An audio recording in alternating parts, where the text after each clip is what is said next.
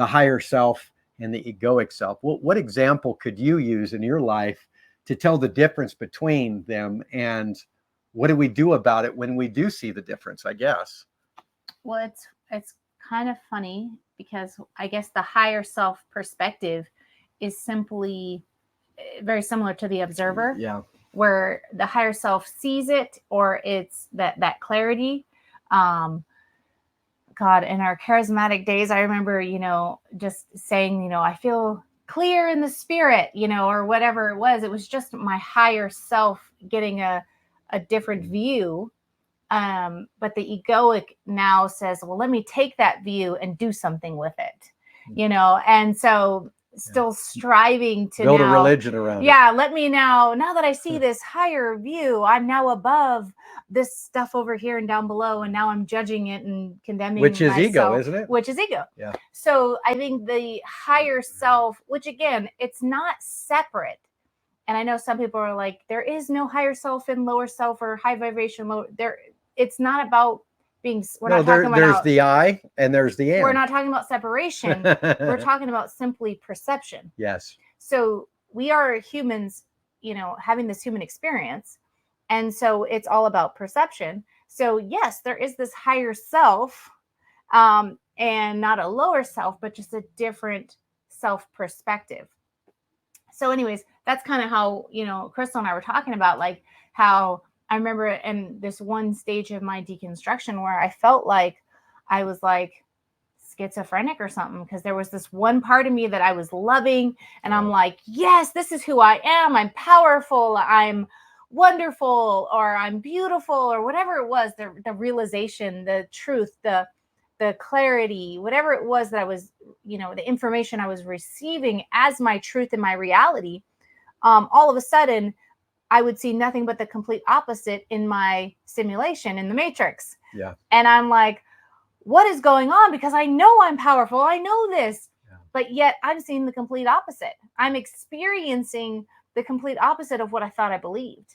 And so, Crystal and I were talking about that. So what was actually going on in that exchange? Well, we also talked about, and I'm sure you've talked about that, kind of like the integration of that reality, that truth. Yes. You have to also experience that. It's not enough to just say it, oh, this is who I am, blah, blah, blah, blah, blah. Because if it is truly who you are, it just is. Yeah. And so even if you are experiencing the opposite, you don't see it as an opposite. You see it as another kind of an experience. You're more neutral in it.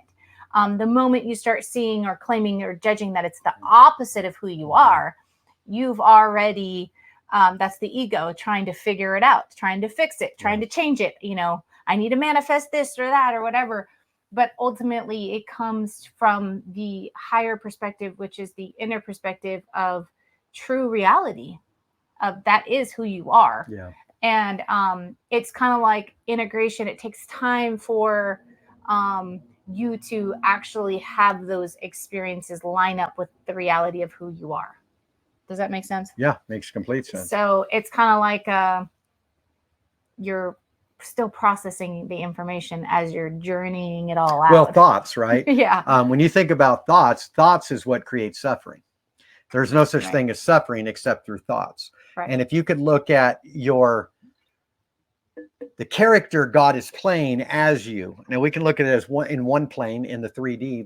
This is one version of you, but there are actually multiple versions of you that are being lived out even on the same plane.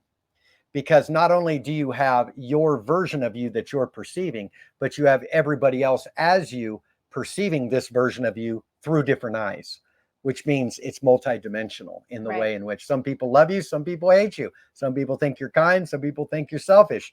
And again, those are all parts of the egoic self judging itself through every version of itself as mankind. Right. Okay. So we can kind of see that. And then we see our higher self, which is more of this neutral planner that observes. So, when you think about your egoic self, you think, hell no, I didn't plan this route. I didn't plan to go through this tragedy or this. I didn't plan for this person to rip me off, or this person to stand me up, or that person to gossip, or that person to betray me or rob me or rape me or hurt me. I didn't plan any of this. But see, your higher self, who you really are, the I in the am, is actually the one who planned it all. So yes, every experience you have had has been planned. Every experience you've had has been on purpose.